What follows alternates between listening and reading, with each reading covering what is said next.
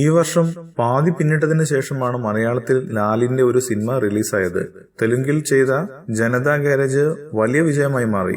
പ്രിയദർശനും മോഹൻലാലും ഒന്നിച്ച ഒപ്പം എന്ന ചിത്രം കളക്ഷൻ റെക്കോർഡുകൾ ഒന്നൊന്നായി പൊട്ടിച്ചെറിഞ്ഞ് ജൈത്രയാത്ര തുടരുകയാണ്. ഏറെ പ്രതീക്ഷയോടെ ലാലിന്റെ പുലിമുരുകൻ തിയേറ്ററുകളിലെത്തി. അതിനിടയിൽ കഴിഞ്ഞ 5 വർഷത്തിനുള്ളിൽ മോഹൻലാൽ നേടിയ 5 സൂപ്പർ ഹിറ്റ് ചിത്രങ്ങൾ ഏതൊക്കെയാണെന്നാണ് ഇനി പറയുന്നത്. 1. ദൃശ്യം. മോഹൻലാലിന്റെ കരിയറിൽ ഏറ്റവും വലിയ വിജയമാണ് ദൃശ്യം. ജിത്തു ജോസഫ് സംവിധാനം ചെയ്ത ദൃശ്യം മലയാളത്തിലെ തന്നെ ഏറ്റവും കൂടുതൽ കളക്ഷൻ നേടിയ ചിത്രങ്ങളിൽ മുന്നിലാണ്. തമിഴ്, ഹിന്ദി, തെലുങ്ക്, കന്നഡ എന്നീ ഭാഷകളിലേക്ക് ദൃശ്യം റീമേക്ക് ചെയ്യുകയും ചെയ്തിരുന്നു. ഒപ്പം ദൃശ്യത്തിന്റെ കളക്ഷൻ റെക്കോർഡ് ലക്ഷ്യമിട്ട് മുന്നോട്ടു പോവുകയാണ് മോഹൻലാലും പ്രിയദർശനും ഒന്നിച്ച ഒപ്പം. ഓണത്തിന് തിയേറ്ററിലെത്തിയ ചിത്രം 30 കോടി കടന്നു. ഇപ്പോഴും വിജയകരമായി തന്നെയാണ് പ്രദർശനം തുടരുന്നത്.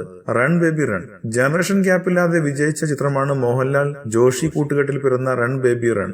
ചിത്രത്തിന്റെ തിയേറ്റർ കളക്ഷൻ മാത്രം 20 കോടി രൂപയാണ്. സ്പിരിറ്റ്. രഞ്ജിത്ത് മോഹൻലാൽ കൂട്ടുകെട്ടിന്റെ ചിത്രമെന്ന നിലയിലാണ് സ്പിരിറ്റ് ആദ്യം ശ്രദ്ധ നേടിയത്. നിരൂപക പ്രശംസ നേടിയ ചിത്രം കളക്ഷന്റെ കാര്യത്തിലും വീഴ്ച വരുത്തിയില്ല. Grand master.